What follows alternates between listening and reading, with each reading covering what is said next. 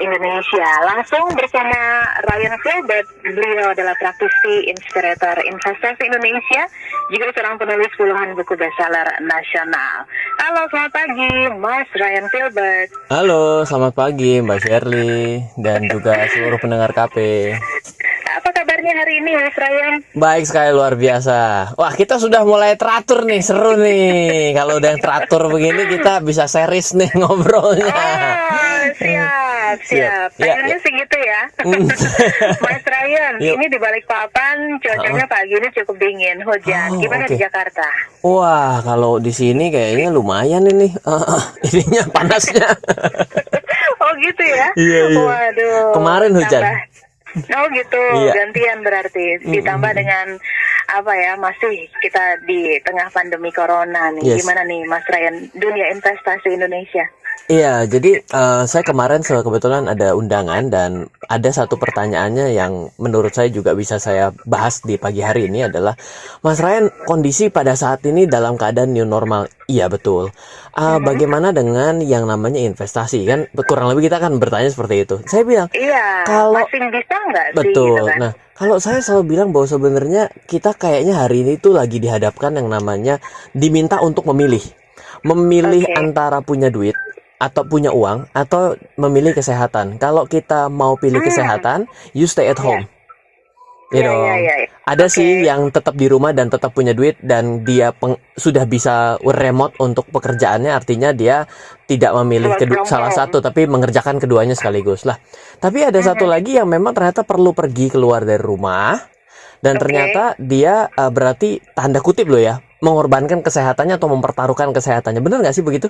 Iya. Oke, nah kalau saya bilang ya, kita itu hari ini jadi lebih jelas aja memilih.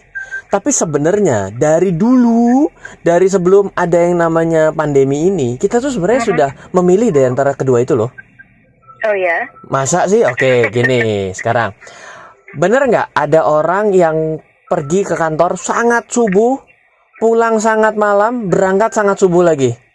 Wih. Pasti ada. Pas kalau dijawab nggak ada, nggak mungkin. Karena saya tahu banget terutama di Jakarta ya, itu Ya. yang namanya jalanan di protokol Sudirman dan Tamrin ya, tentunya namanya Sudirman dan Tamrin di seluruh kota yang saya temukan itu pasti jalan-jalan besar. Itu Iya. gedung-gedung tinggi, itu lampunya itu sampai jam 12 malam masih ada lantai gedung yang masih nyala. Artinya masih ada yang kerja. Berarti ada orang-orang yang tanda kutip sebenarnya sedang mempertaruhkan kesehatan dong. Bener nggak? Iya, betul. Mana ada betul. sih orang yang kerja lebih daripada 9 jam dan masih sehat-sehat aja? Betul. Iya. Berarti dari zaman dulu kita sebenarnya sudah sedang memilih dong yang namanya kalau mau punya uang banyak, tanda kutip loh, dia mengorbankan waktu dan kesehatannya.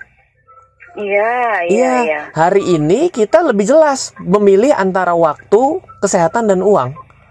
Hari ini nih, Iya. ini yang garis-garisnya tadi tiba-tiba putus-putus. Ini garisnya menjadi begitu nyata.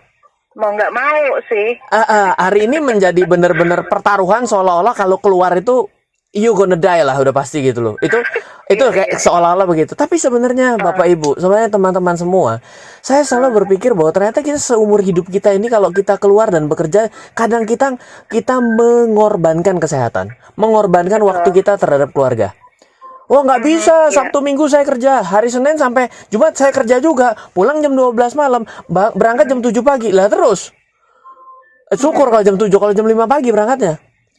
Jadi one day ketika dia sakit, ketika one day begitu anaknya sudah gede, dia cuma nanya, kok kamu udah kelar kuliah? Lah, kapan tahu? Emang udah dari dulu kelar kuliah? Kenapa? Aja. Betul. Kalau ada orang yang mengalami hal itu, sebenarnya Anda itu sebenarnya sudah mengorbankan waktu, sudah mengorbankan kesehatan hanya untuk uang.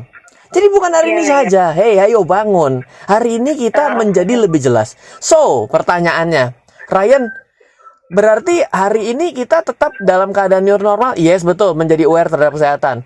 Aware terhadap keuangan, yes betul. Tapi artinya apa sih yang harus kita jaga? Jawabannya adalah kita harus bisa menyeimbangkan. Menyeimbangkan apa, Ryan?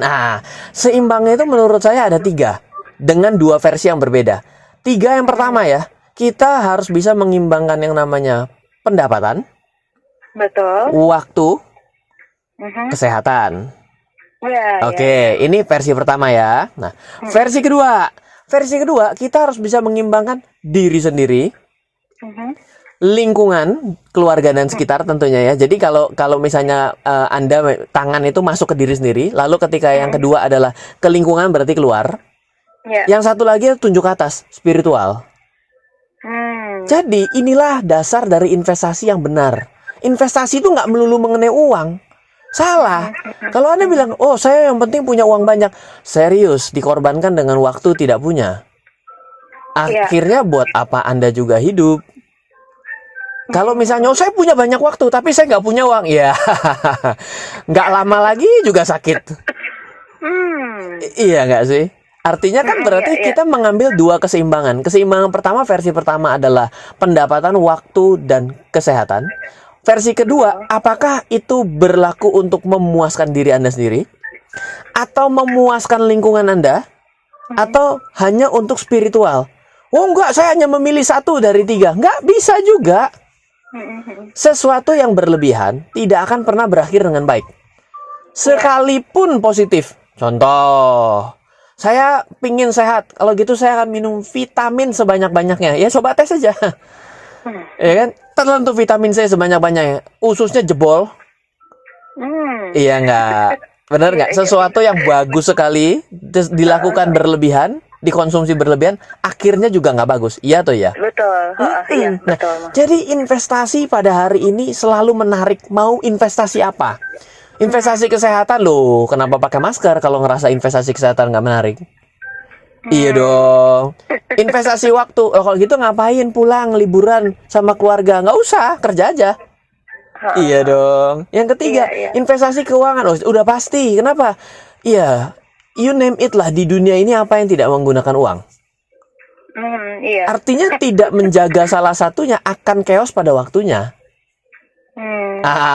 Jadi kalau ditanya apakah investasi pada saat ini menjadi suatu menarik saat corona?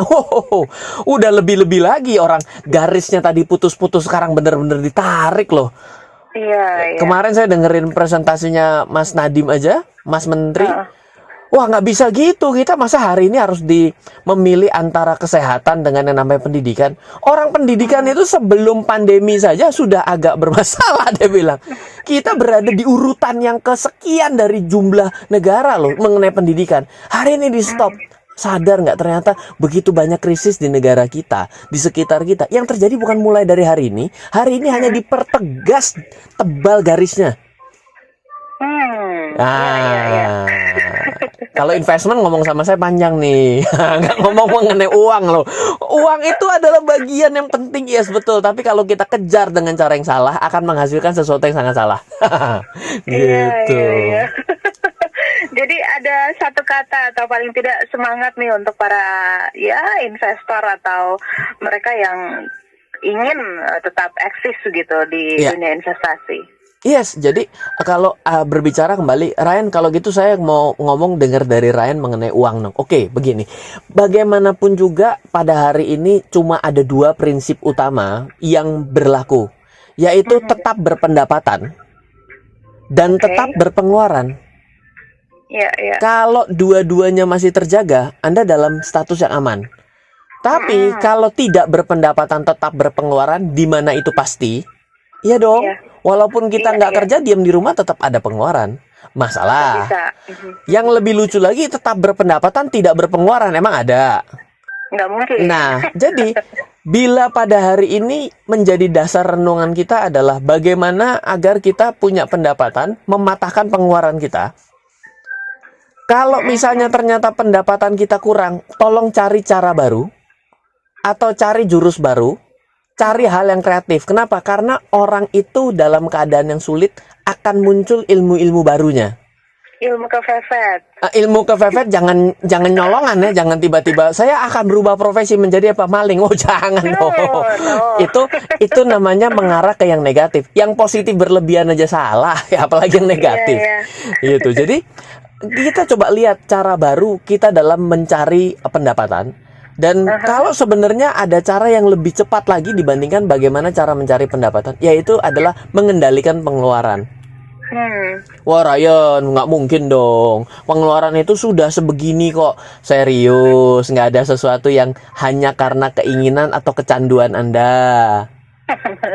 Saya juga bagian dari orang yang suka ngopi loh. Saya tahu kalau nggak ngopi rasanya nggak enak, padahal perlu nggak perlu. Oh Iya, iya iya. Iya. Harus lumayan loh. prioritas ya Mas ya. Iya, lumayan loh karena kalau apa dihitung ya sebenarnya ya kagak bisa bikin kaya. Ya iya, beli pabrik kopinya kalau mau kaya. Iya bener loh. Tapi ada sesuatu yang bisa kita redam karena hanya keinginan kita atau hasrat untuk menyelesaikan masalah keinginan di dalam diri kita. Pendapatan pengeluaran itu saja dulu. Nah setelah nanti kalau ada sisanya, selisihnya, nah seru ada selisihnya. Mau investasi apa? Tidak ada investasi yang buruk Bapak Ibu. Semua investasi bagus. Iya iya. Yang untung, iya dong. Investasi paling bagus sekalipun namanya kalau rugi tetap aja investasi menyedihkan.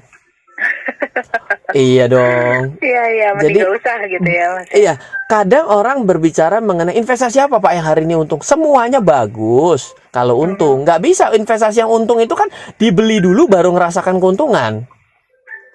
Iya dong, saya selalu ngomong loh. Saya ingat banget waktu itu kita ngobrol ketika harga emas mulai naik.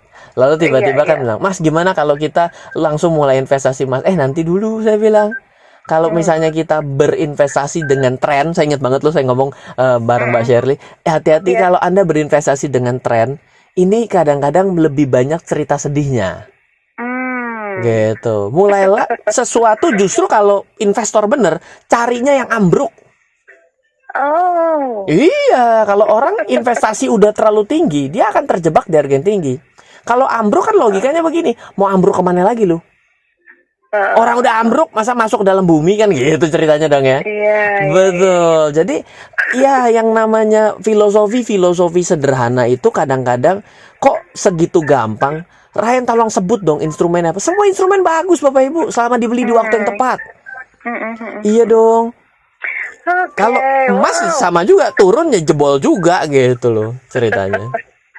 Oke, Mas Ryan luar biasa. Thank you banget untuk pencerahannya hari ini soal investasi. Semangatnya luar biasa. Thank you. Nanti next minggu depan kita ngomongin lagi yang menarik lainnya ya. Oke, thank you Mas Ryan, sukses aktivitasnya. Itulah tadi kebersamaan kita pendengar KP bersama Ryan Filbert, seorang praktisi inspirator investasi Indonesia, juga penulis puluhan buku bestseller nasional.